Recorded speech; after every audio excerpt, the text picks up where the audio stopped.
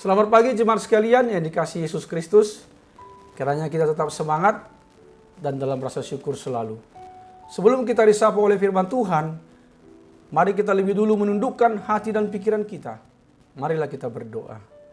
Damai sejahtera Allah yang melampaui segala akal, itulah kiranya yang memelihara hati dan pikiranmu di dalam Yesus Kristus Tuhan kita. Amin. Firman Tuhan pada hari ini Senin tanggal 8 Agustus 2022 terambil dari Kisah Para Rasul pasal 18 ayat 9. Firman Tuhan berkata, pada suatu malam berfirmanlah Tuhan kepada Paulus di dalam suatu penglihatan, jangan takut, teruslah memberitakan firman dan jangan diam. Dalam bahasa Batak dikatakan, alai borng ini di ida si Paulus di bagasa todi nama Tuhani nama dok tu ibana. Unang maho mabiar hatahon ma unang maho mauhom. Demikian bunyi firman Tuhan. Topik berani memberitakan firman lewat hidup yang bersaksi. Jemaat Kristus yang saya kasihi, Tuhan Yesus berfirman kepada Paulus di dalam suatu penglihatan, jangan takut, teruslah memberitakan firman dan jangan diam. Tuhan Yesus mengingatkan Rasul Paulus supaya jangan takut, jangan gamang, jangan diam. Lanjutkanlah pemberitaan firman Tuhan. Pengalaman Paulus di Korintus mengabarkan Injil, sungguh dia mengalami banyak kesulitan, terutama dari orang-orang Yahudi. Dalam keadaan seperti itu, Paulus dikuatkan, diteguhkan langsung oleh Tuhan dalam sebuah penglihatan yang menakjubkan. Paulus diingatkan agar jangan takut. Tuhan menyuruh agar Paulus terus memberitakan firman. Jangan diam, jangan takut. Tuhan akan terus menyertai Paulus.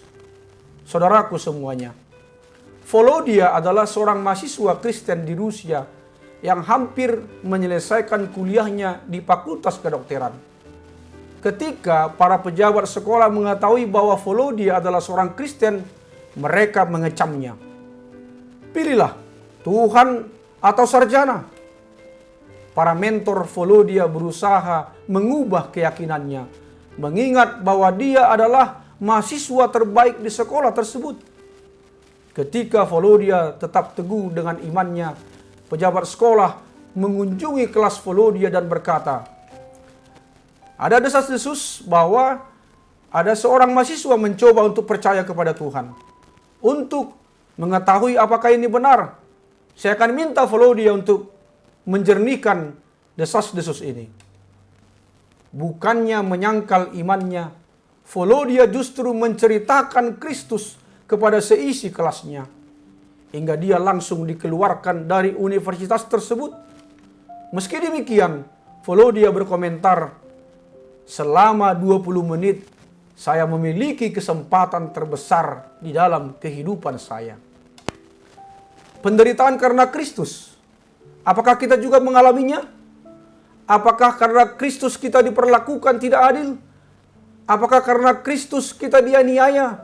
Seperti halnya Dr. Rebecca Zakaria, Eti Pangisti, dan Ratna Bangun, ketiga guru sekolah minggu di Indramayu yang divonis 3 tahun penjara dengan tuduhan menginjili anak-anak non-Kristen. Keberanian dan keteguhan hati para wanita ini sungguh luar biasa. Vonis hakim dijalani mereka dengan sukacita dan ucapan syukur. Saudaraku semuanya di dalam Kristus Yesus, meskipun kita tidak seperti Paulus yang langsung secara verbal mengalami penglihatan, namun penyertaan Tuhan bagi kita tetaplah sama. Dalam kekurangan, keterbatasan dan kekurangan kita, Tuhan dengan caranya akan selalu menyertai kita dalam semua sisi hidup kita.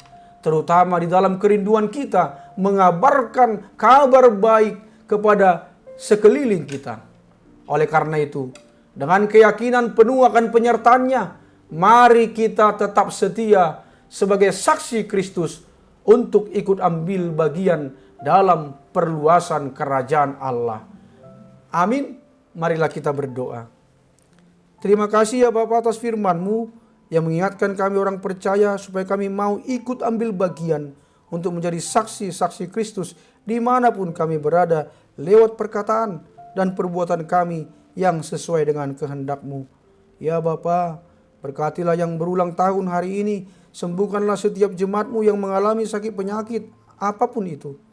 Dan juga yang terkena virus COVID-19. Hiburkanlah yang sedih dan kuatkanlah yang lemah. Berikanlah apa yang menjadi kerinduan di hati kami setiap pribadi dan keluarga. Hanya di dalam nama Tuhan Yesus Kristus kami telah berdoa. Amin. Selamat pagi, selamat beraktivitas, salam sehat, tetap semangat dan bersyukur. Tuhan Yesus memberkati.